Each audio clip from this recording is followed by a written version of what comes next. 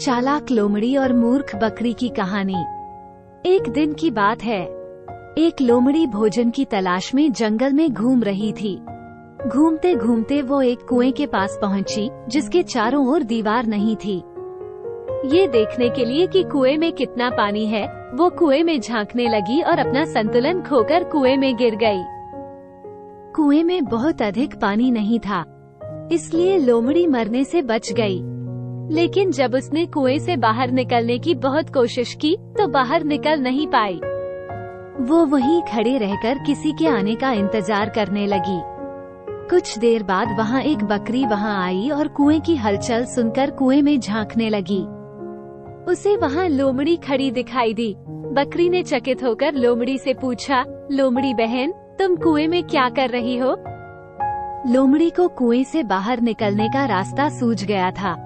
वो मीठी वाणी में बोली, बकरी बहन, क्या तुम नहीं जानती कि कुछ ही दिनों में जंगल में सूखा पड़ने वाला है, इसलिए मैं यहाँ आकर बैठ गई हूँ। कम से कम मैं यहाँ प्यासी तो नहीं मरूंगी। तुम भी क्यों नहीं आ जाती? बकरी ने सोचा कि लोमड़ी सही कह रही है। पानी के लिए दर दर भटकने से अच्छा है कि कुएं में ही जाकर बैठूं। पहले जाने का फायदा भी रहेगा। ज्यादा जानवर कुएं में चले गए तो वे कहाँ मुझे कुएं का पानी पीने देंगे। यह विचार आते ही वो कुएं में कूद पड़ी। जैसे ही वो कुएं के अंदर पहुंची, मौके की ताक में बैठी लोमड़ी उसकी पीठ पर चढ़ गई और कुएं से बाहर निकलकर जंगल में भाग गई।